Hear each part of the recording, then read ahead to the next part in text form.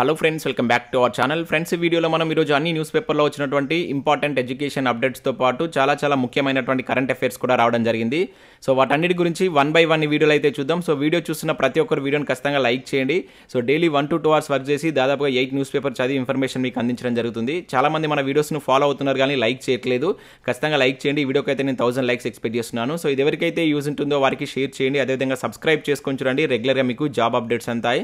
మన ఛానల్ యొక్క టెలిగ్రామ్ గ్రూప్లో కూడా జాయిన్ కాండి. సో దాంట్లో కూడా రెగ్యులర్గా జాబ్ అప్డేట్ షేర్ చేస్తున్నాను. మీకు చాలా యూజ్ ఉంటుంది. ఆ గ్రూప్లో కంపల్సరీ జాయిన్ కాండి. ఫ్రెండ్స్, మన ఛానల్ ద్వారా తెలంగాణ కల్చర్ కావచ్చు, అదేవిధంగా ప్రభుత్వ పథకాలకు సంబంధించిన 2 గ్రాండ్ టెస్ట్ అయితే మన యాప్లోకి తీసుకురావడం జరిగింది. టాప్ 100 బిట్స్కి సంబంధించిన గ్రాండ్ టెస్ట్ ప్రజెంట్ మన యాప్లో అయితే ఉన్నాయి. జస్ట్ మీరు 30 రూపీస్ చెల్లించి దీనికి సంబంధించిన టెస్ట్ను ఆన్లైన్లో రాసుకోవచ్చు. పీడిఎఫ్ కూడా డౌన్లోడ్ చేసుకుని ప్రింట్ తీసుకోవచ్చు. ఇంకా అదే కాకుండా మన యాప్లో గ్రూప్ 2, గ్రూప్ 4 అర్థమెటిక్ సంబంధించినటువంటి వీడియో కోర్సెస్ కూడా ఉన్నాయి. కరెంట్ అఫైర్స్ పీడిఎఫ్ 20 రూపీస్ చెల్లించి మీరు పీడిఎఫ్ను డౌన్లోడ్ చేసుకోవచ్చు. అదేవిధంగా టెస్ట్ సిరీస్ కూడా ఉండడం జరిగింది. సో ఇండియన్ పాలిటిక్స్ సంబంధించిన టెస్ట్ సిరీస్ కావచ్చు, తెలంగాణ చరిత్ర, అదేవిధంగా తెలంగాణ ఉద్యమ చరిత్ర, జనరల్ సైన్స్కి సంబంధించిన టెస్ట్ సిరీస్ కూడా ఉన్నాయి. సో వీటితో పాటు general studies short hand writing notes కూడా అందుబాటులో ఉంది. వాటికి సంబంధించిన శాంపిల్ పీడిఎఫ్స్, శాంపిల్ టెస్ట్లు అక్కడ ఉంటాయి. చూసిన తర్వాత నచ్చితే ఆ కోర్స్ అయితే తీసుకోండి. ఫ్రెండ్స్, ఈరోజు న్యూస్ పేపర్లో వచ్చినటువంటి అప్డేట్స్ కనుక చూసినట్లయితే మనకు ఫస్ట్ అప్డేట్ వచ్చేసి టీఎస్పీఎస్సీ ఎగ్జామ్స్ పై నో క్లారిటీ అంటూ వెలుగు న్యూస్ పేపర్లో మనం మీరు ఒక ప్రధాన వార్తను అయితే చూడవచ్చు. సో సిట్ నివేదిక వచ్చేదాకా అయోమయమే, ఆందోళనలో నిరుద్యోగులు. సో ఇప్పటికే జరిగిన 4 ఎగ్జామ్స్ రద్దు, మరో 2 పరీక్షలు వాయిదా, ఇంకొకటి రీషెడ్యూల్. ఏప్రిల్లో జరగవలసిన పరీక్షలన్నీ జరుగుతాయా? ఈ నెల 23న ఏఎంవీఐ కావచ్చు, 25న ఏవో, 26, 27 తేదీలో గ్రౌండ్ వాటర్ ఆఫీసర్ పోస్టులకు పరీక్షలు.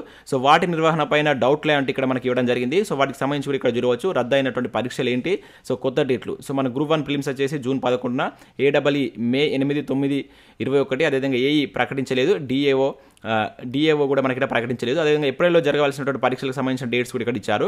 సో ఇక్కడ ఇన్ఫర్మేషన్ మనం చూసినట్లయితే టీఎస్పీఎస్సీ ఎగ్జామ్ నిర్వహణపై అయోమయం నెలకొంది. సో పలు పరీక్షలను రద్దు చేసి కొన్నిటిని వాయిదా వేసిన కమిషన్ వాటిని మళ్ళీ ఎప్పుడు పెడతామనే దానిపైన క్లారిటీ అయితే ఇవ్వడం లేదు. సో ఎగ్జామ్ డేట్లను ప్రకటిస్తామని వారం రోజుల కింద అధికారులు కొంత హడావిడి చేసినా ఆ తర్వాత వెనక్కి తగ్గారు. నెల రోజులుగా రాష్ట్రంలో టీఎస్పీఎస్సీ పేపర్ లీకేజ్ వ్యవహారం సంచలనం సృష్టిస్తుంది. దీనిపైన సిట్ విచారణ రోజుకో మలుపు తిరుగుతున్నది. సో సిట్ నివేదిక వచ్చే వరకు ఎగ్జామ్స్ పై నిర్వహణపై క్లారిటీ వచ్చే పరిస్థితి లేదని అధికారులు అంటున్నారు. సో ఇప్పటికే లక్షలు పెట్టి కోచింగ్ తీసుకొని ప్రిపేర్ అవుతున్న నిరుద్యోగులు పేపర్ లీకేజ్తో తీవ్ర ఆందోళనలో ఉన్నారంటూ కూడా ఇక్కడ ఒక అప్డేట్ చూడవచ్చు. సో లేక నోటిఫికేషన్లు వస్తే వాటిని కూడా లీక్ చేయడం ఏమిటని మండిపడుతున్నారు. తమ జీవితాలతో ప్రభుత్వం అదేవిధంగా కమిషన్ ఆడుకుంటున్నాయని ఆగ్రహం వ్యక్తం చేస్తున్నారంటే ఇక్కడ అయితే చూడవచ్చు. అయితే ఇక్కడ విషయంలో అయితే మనకు ఏఈ, డిఏఓ, టౌన్ ప్లానింగ్, ఇతర పరీక్షలు ఎప్పుడు అంటూ కూడా ఇక్కడ ఇచ్చారు. సో ఇప్పటికే నిర్వహించినటువంటి గ్రూప్ 1 ప్రిలిమ్స్, అదేవిధంగా మనకు ఏఈ కావచ్చు, ఏడబ్ల్యూ, డిఏఓ పరీక్షలు పేపర్ లీకేజ్ కారణంగా కమిషన్ అయితే రద్దు చేసింది. సో మార్చిలో జరగాల్సినటువంటి టౌన్ ప్లానింగ్ ఆఫీసర్ కావచ్చు, వెటర్నరీ అసిస్టెంట్ సర్జన్ పోస్టులకు సంబంధించిన పరీక్షలు కూడా వాయిదా పడ్డాయి. అయితే ఈ నెల 4న జరగాల్సినటువంటి హార్టికల్చర్ పరీక్షను జూన్ 17కి అయితే రీషెడ్యూల్ చేశారు. ఈ క్రమంలోనే మనకు గ్రూప్ 1 ప్రిలిమ్స్ కూడా జూన్ 11న, అదేవిధంగా ఏడబ్ల్యూ పరీక్షను మే 8, 9, 21 తేదీలో నిర్వహిస్తామని చెప్పేసి ప్రకటించింది.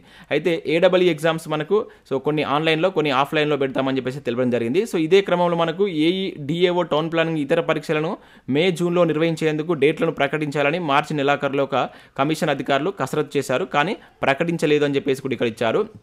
సో డేట్లు ప్రకటించినా లాభం లేదని అంటూ కూడా ఇక్కడ మనం చూడవచ్చు.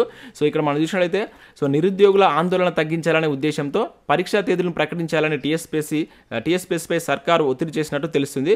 2 ఎగ్జామ్స్ తేదీలను ప్రకటించినా రాష్ట్రంలో ఆందోళనలు తగ్గలేదు. సిట్ దర్యాప్తు జరుగుతుండగానే తేదీలు ప్రకటించడంపై విమర్శలు వచ్చాయి. సో పేపర్ లీకేజ్పై కొందరు రాష్ట్రపతికి, గవర్నర్కు, ఈడీకి, సిబిఐకి ఫిర్యాదు చేశారు. దీంతో ఈడీ కూడా కేసు నమోదు చేసినట్టు తెలుస్తుంది. సో దీంతో సర్కారులో కలవరం మొదలైనట్లు ఉన్నది అని చెప్పేసి ఇచ్చారు. సో పలు పరీక్షల తేదీలను టీఎస్పీఎస్సీ రెడీ చేసిన ప్రస్తుత పరిస్థితుల్లో అధికారికంగా వాటిని ప్రకటించలేదు. సో అయితే సిట్ నివేదిక ఈ నెల 11లోగా ఇవ్వాలని హైకోర్టు అయితే ఆదేశించింది. సో సిట్ నివేదిక వచ్చిన తర్వాత ఎగ్జామ్స్ నిర్వహణపైన క్లారిటీ వచ్చే అవకాశం ఉందని టీఎస్పీఎస్సీ అధికారులు అంటున్నట్టు ఇక్కడ మనకు ఒక అప్డేట్ అయితే చూడవచ్చు. అంటే మనకు నెక్స్ట్ ఈ నెల 11న హైకోర్టుకి అయితే సిట్ నివేదిక ఇవ్వబోతున్నారు. దాని తర్వాతనే మనకు దీనిపైన క్లారిటీ వచ్చే అవకాశం ఉందని చెప్తున్నారు. అయితే ఇక్కడ మనకు ఏప్రిల్లో పరీక్షలు జరుగుతాయనేటువంటి ఆందోళనలో కూడా నిరుద్యోగులు ఉన్నట్లు కూడా మనకి ఇక్కడ వెలుగు న్యూస్ పేపర్లో ఒక అప్డేట్ అయితే చూడవచ్చు. సో నెక్స్ట్ మరొక అప్డేట్ కనుక విషయాలైతే ఇంత డొల్లతనమా అంటే ఇక్కడ మనం పేపర్ లీకేజ్ సంబంధించి ఆంధ్రప్రభ న్యూస్ పేపర్లో మరొక అప్డేట్ చూడవచ్చు. సో ముందస్తు జాగ్రత్తలేవి, ఏఈ పేపర్ 40 లక్షలు అంటే ఇక్కడ ఇచ్చారు. సో కాన్ఫిడెన్షియల్ విభాగం బాధ్యతలేంటి, శంకరలక్ష్మి పూర్వపరాలు విచారించారా, సో పాస్వర్డ్లను అందుబాటులో ఎలా ఉంచుతారు, సో కమిషన్ చైర్మన్ జనార్దన్ రెడ్డిని విచారించినటువంటి సిట్ చీఫ్ ఏఆర్ శ్రీనివాస్ అంటూ చూడవచ్చు. 3 గంటల పాటు ప్రశ్నల వర్షం, ప్రశ్నపత్రాల కూర్పు, ముద్రణ మొదలైన ఫలితాల ప్రకటన వంటి వాటిపైన వాంగ్మూలం నమోదు. సో కార్యదర్శి అనిత, అదేవిధంగా సభ్యుల పని విభజన విధులపై సమాచార సేకరణ. అనితా రామచంద్రన్ కావచ్చు, లింగారెడ్డి ఇచ్చినటువంటి సమాచారంపై సిట్ పోలీసులు ప్రశ్నలు. సో కీలక దశకు పేపర్ లీకేజ్ కేసు అని చెప్పేసి ఇచ్చారు. సో 11న ప్రభుత్వానికి నివేదిక ఉన్నటువంటి సిట్ అంటూ మనకు పేపర్ లీకేజ్కి సంబంధించిన అప్డేట్. మరొకటి ఇక్కడ మనం ఆంధ్రప్రభ న్యూస్ పేపర్లో అయితే చూడవచ్చు. ఇక నెక్స్ట్ కనుక చూసినట్లయితే మనకు 7,500 ఖాళీలకు మనకు SSC CGL నుంచి మనకు ఒక నోటిఫికేషన్ అయితే రిలీజ్ కావడం జరిగింది. సో దీనిలో మనకు గ్రూప్ బి, గ్రూప్ సి పోస్టుల ద్వారా ఉద్యోగాలు అయితే భర్తీ చేస్తున్నారు. సో వీటికి సంబంధించి మీరు నిన్నటి నుంచి ఆన్లైన్లో అప్లై చేసుకోవాల్సి అయితే ఉంటుంది. సో ఇక్కడ మీరు అఫీషియల్ నోటిఫికేషన్ PDF కూడా చూడవచ్చు. సో దీనికి సంబంధించి మనకు నిన్నటి నుంచి మీరు ఆన్లైన్లో అప్లై చేసుకోవాల్సి ఉంటుంది. నెక్స్ట్ మంత్ 4th వరకు అయితే లాస్ట్ డేట్ ఇచ్చారు.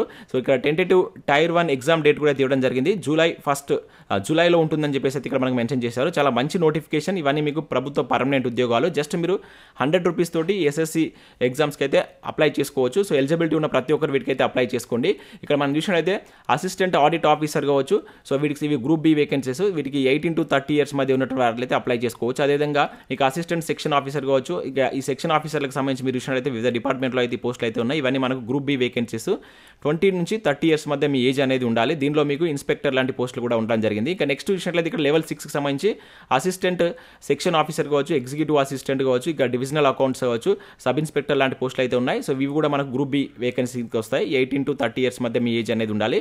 ఇక లెవెల్ 5 పోస్టులు వచ్చేసి ఆడిటర్ పోస్టులు అయితే ఉన్నాయి. ఇవి group C vacancies. 18 to 27 years మధ్య మీకు ఏజ్ ఉండాలి.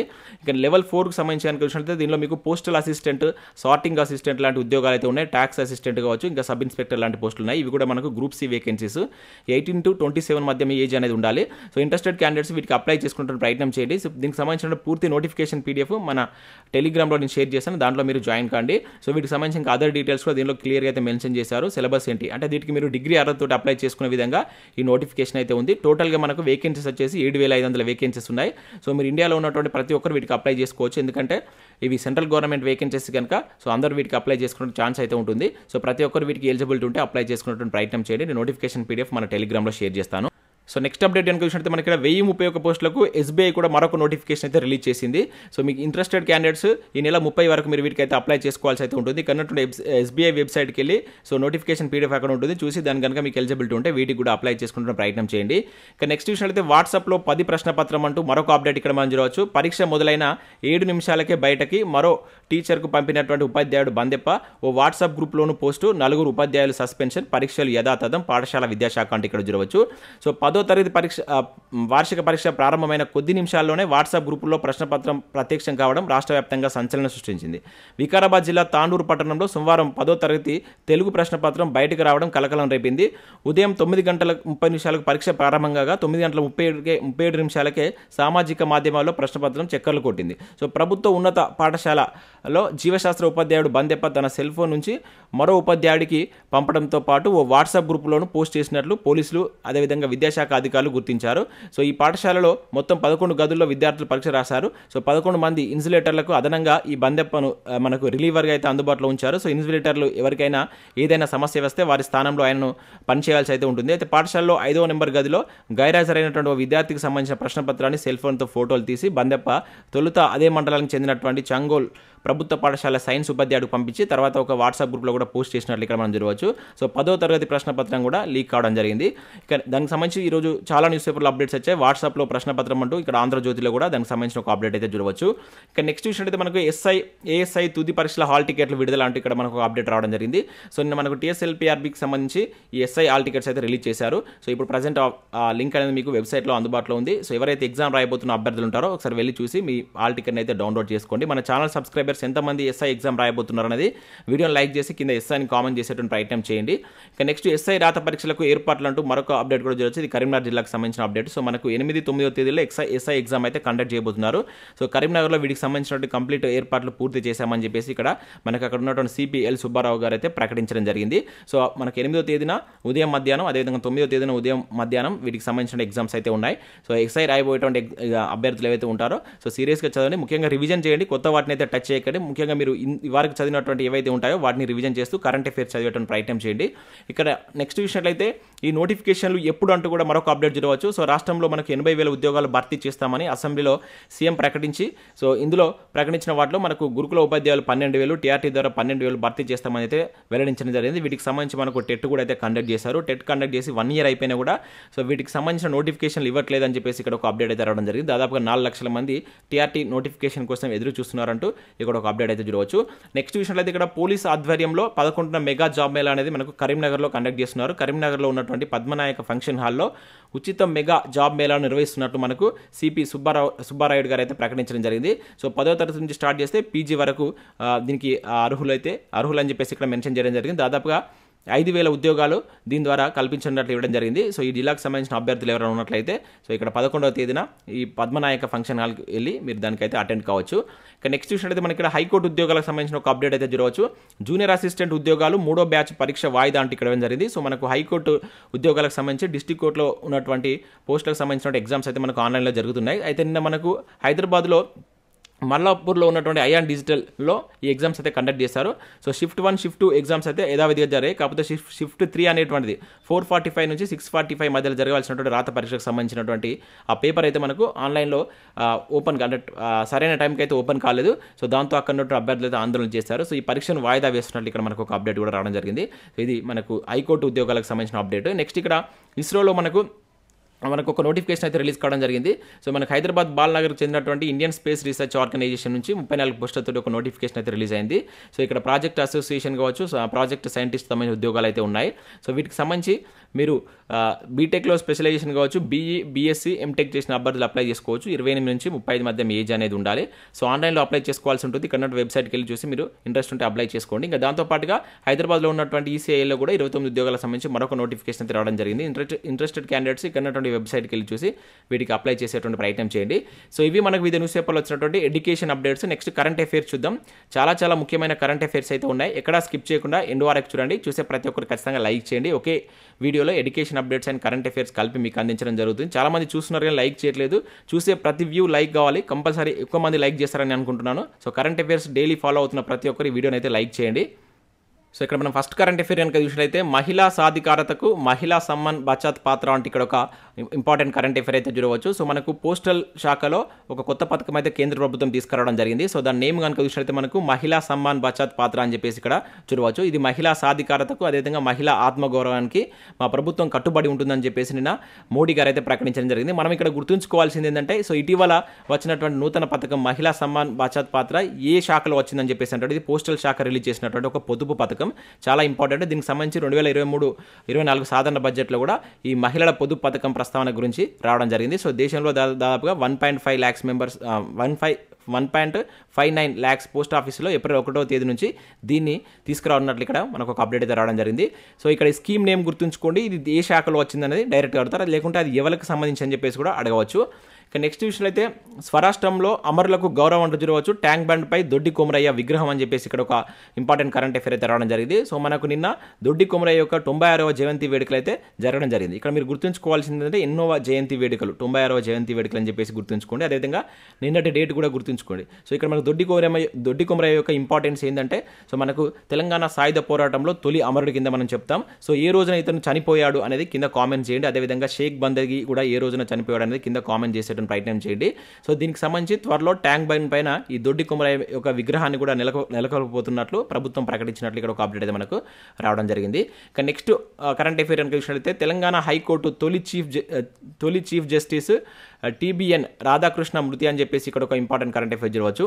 సో ఇక్కడ చూసినట్లయితే మనకు తెలంగాణ హైకోర్టు తొలి ప్రధాన న్యాయమూర్తి రిటైర్డ్ జస్టిస్ అయినటువంటి భాస్కరన్ నాయర్ రాధాకృష్ణన్. సో 63 సంవత్సరాల్లో నిన్న చనిపోతూ మనకు వార్తల్లో ఇవ్వడం జరిగింది. సో తెలంగాణకు సంబంధించినటువంటి మొట్టమొదటి హైకోర్టు తొలి చీఫ్ జస్టిస్ అనమాట. చాలా ఇంపార్టెంట్. ఇటువంటి నేరుగా మనకు అడగడానికి ఛాన్స్ ఉంటుంది కనుక సో అది గుర్తుంచుకోండి ఇక్కడ. సో నెక్స్ట్ కరెంట్ అఫైర్ కనుక చూసినట్లయితే కిరణ్ నాడార్కు ఫ్రెంచ్ అత్యున్నత పౌర పురస్కారం అంటూ ఇక్కడ ఒక ఇంపార్టెంట్ కరెంట్ అఫైర్ అయితే చూడవచ్చు. సో సామాజిక సేవకురాలు కళాకృతులలో సేకరణలో అవిరళ కృషి చేస్తున్నటువంటి కిరణ్ నాడార్కు ఫ్రెంచ్ ప్రభుత్వం ఇటీవల అత్యున్నత పౌర పురస్కారాన్ని అయితే ప్రకటించింది. చాలా ఇంపార్టెంట్. ఇక్కడ ఫ్రెంచ్ ఏ ప్రభుత్వం ఏ దేశం అని చెప్పేసి అడుగుతారు, అది గుర్తుంచుకోండి. ఇక్కడ నేమ్ వచ్చేసి మన కిరణ్ నాడార్కు ఈ ఫ్రెంచ్ ప్రభుత్వం యొక్క అత్యున్నత పురస్కారం అయితే ఇవ్వడం జరిగింది. సో భారత్లో ఫ్రాన్స్ రాయబారి ఇమాన్యుయల్ లీనల్ ఈ పురస్కారాన్ని సో కిరణ్ నాడర్కు అందజేసినట్లు ఇక్కడ ఒక అప్డేట్ అయితే చూడవచ్చు. సో జాతీయ అంతర్జాతీయ కళాకృతులు సేకరిస్తున్నటువంటి నాడర్ ఇండో ఫ్రాన్స్ సాంస్కృతిక సంబంధాలను పెంపొందించడంలో కీలక పాత్ర పోషించినందుకు గాను ఫ్రాన్స్ ఈ పురస్కారాన్ని అయితే ప్రకటించడం జరిగిందనమాట. ఇంపార్టెంట్, ఏ దేశం ఎవరికి ఇచ్చింది అనేది మనకు నేరుగా క్వశ్చన్ అడగడానికి అయితే ఛాన్స్ ఉంటుంది. సో నెక్స్ట్ ఇక్కడ మరొక ఇంపార్టెంట్ కరెంట్ అఫేర్ కూడా చూడవచ్చు. నాటో కూటమిలో ఫిన్లాండ్ అని చెప్పేసి ఇక్కడ ఏం జరిగింది, 31వ దేశంగా నేడు చేరిక అని చెప్పేసి ఇక్కడ చూడవచ్చు. సో మనకు నాటో కూటమిలో 31వ సభ్య దేశంగా మనకు మంగళవారం ఫిన్లాండ్ అయితే చేరనుంది. ఈ విషయాన్ని మనకు కూటమి సెక్రటరీ జనరల్ అయినటువంటి జేమ్స్ స్టోల్టెన్బర్గ్ అధికారికంగా సోమవారం ప్రకటించారు. సో ఫిన్లాండ్ చేరికకు తొలుత అభ్యంతరం జరిపినటువంటి తుర్కీ తర్వాత సుముఖత వ్యక్తం చేయడంతో ఈ ఐరోపా దేశానికి మార్గం సుగమమైంది. ఉక్రెయిన్పై రష్యా ప్రత్యేక సైనిక చర్య అనంతరం భవిష్యత్తులో తమపైన కూడా దాడులు జరగవచ్చని భయంతో ఫిన్లాండ్ కావచ్చు, స్వీడన్లు నాటోలో చేరేందుకు దరఖాస్తులు అయితే చేసుకోవడం జరిగింది. అయితే స్వీడన్ సభ్యత్వానికి ప్రక్రియ కూడా రానున్నటువంటి నెలలో పూర్తయ్యేటువంటి అవకాశం అయితే ఉంది. ప్రజెంట్ ఇప్పుడు మనకు నాటోలో ఫిన్లాండ్ అయితే చేరింది. నెక్స్ట్ స్వీడన్ కూడా నెక్స్ట్ 1 or 2 monthsలో చేరేటువంటి అవకాశాలు అయితే కనబడుతున్నాయి. సో ఇప్పుడు ఇది మనం గుర్తుంచుకోవాల్సింది ఏంటంటే ఇది నాటోలో ఎన్నో దేశంగా జరిగిందని చెప్పేసి డైరెక్ట్గా అడుగుతాడు. 31వ దేశం అదేంటంటే ఫిన్లాండ్. సో నాటో యొక్క ప్రధాన కార్యాలయం ఎక్కడ ఉందనేది కింద కామెంట్ చేసేటువంటి ప్రయత్నం చేయండి. ఇక నెక్స్ట్ కనుక చూసినట్లయితే మనకు మియామి టైటిల్ మిద్వాద్వేవ్ సొంతం అని చెప్పేసి ఇక్కడ ఒక ఇంపార్టెంట్ కరెంట్ అఫేర్ చూడవచ్చు. సో ఇక్కడ చూసినట్లయితే మనకు Russia tennis star Daniel Medvedev so Miami టైటిల్ని అయితే కైవసం చేసుకున్నాడు. సో ఇక్కడ మనం గుర్తుంచుకోవాల్సిందంటే ఈ మియామి టైటిల్ ఎవరికి వచ్చిందని చెప్పేసి అంటాడు మెద్వాద్వేవ్. సో ఈ మెద్వాద్వేవ్ ఏ దేశానికి సంబంధించిన పర్సన్ అంటే రష్యాకు సంబంధించినటువంటి పర్సన్. సో ఇది ఇక్కడ మనం గుర్తుంచుకోవాల్సి అయితే ఉంటుంది. ఇటువంటి మనకు నేరుగా అడగడానికి ఎక్కువగా ఛాన్స్ అయితే ఉంటుంది. సో నెక్స్ట్ కరెంట్ అఫేర్ కనుక చూసినట్లయితే భవిష్యత్తు తరాల కోసమే కూల్ రూఫ్ అంటే ఇక్కడ చూడవచ్చు. 600 చదరపు గజాలు ఆపై విస్తీర్ణంలో నిర్మాణాలకు తప్పనిసరి అంటే ఇక్కడ చూడవచ్చు. సో నిన్న కూడా దీనికి సంబంధించిన అప్డేట్ అయితే చూసాం. సో అమలు చేస్తేనే నివాస ధృవీకరణ పత్రం జారీ. సో చలువ పైకప్పు విధానం ఆవిష్కరణ కార్యక్రమంలో మంత్రి కేటీఆర్ అంటే ఇక్కడ చూడవచ్చు. సో పెరుగుతున్నటువంటి ఉష్ణోగ్రతల నుంచి భవిష్యత్తు తరాలను కాపాడుకునేందుకు మనకు ఈ కూల్ రూఫ్ విధానాన్ని తెచ్చినట్లు మనకు నిన్న కేటీఆర్ గారు అయితే ప్రకటించడం జరిగింది. సో హైదరాబాద్లోని మనకు మున్సిపల్ డైరెక్టరేట్ కార్యాలయంలో సోమవారం ఏర్పాటు చేసినటువంటి కార్యక్రమానికి ఆయన ముఖ్య అతిథిగా అయితే హాజరయ్యారు. సో ఈ కూల్ రూఫ్ పాలసీ 2023-28. సో ఇది గుర్తుంచుకోండి, 23-28 మనం 23-24 అనుకునే ఛాన్స్ కూడా ఉంటుంది.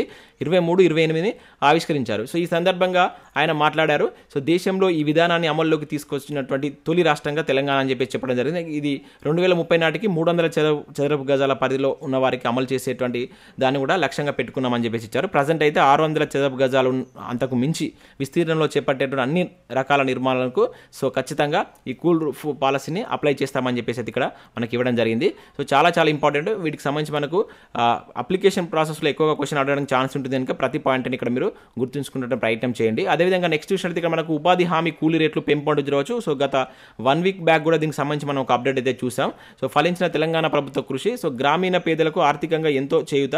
సో ఇప్పటి వరకు రోజువారీ వేతనం మనకు 257 ఉండేది తెలంగాణకు సంబంధించి. ఇకపై 272 అనేటువంటిది ఉంటుంది. అంటే 15 రూపాయలు అనేటువంటి పెరిగిందని అయితే గుర్తుంచుకోండి. సో అత్యధికంగా ఏ రాష్ట్రంలో ఈ ఉపాధి హామీ కూలీ రేట్లు ఉన్నాయనేది కింద కామెంట్ చేయండి. మనం 3 days బ్యాక్ దానికి సంబంధించిన అప్డేట్ కూడా మీకు చెప్పడం జరిగింది. ఏ రాష్ట్రంలో మనకి ఎక్కువ ఉందనేది కింద కామెంట్ చేసే ప్రయత్నం చేయండి. సో ఇవి మనకు వివిధ న్యూస్ పేపర్లో వచ్చినటువంటి ఇంపార్టెంట్ ఎడ్యుకేషన్ అప్డేట్స్, అదేవిధంగా కరెంట్ అఫైర్స్. సో వీడియో నచ్చినట్లయితే లైక్ చేసి మీ మిత్రులకైతే షేర్ చేయండి. Thanks for watching. Thank you everyone.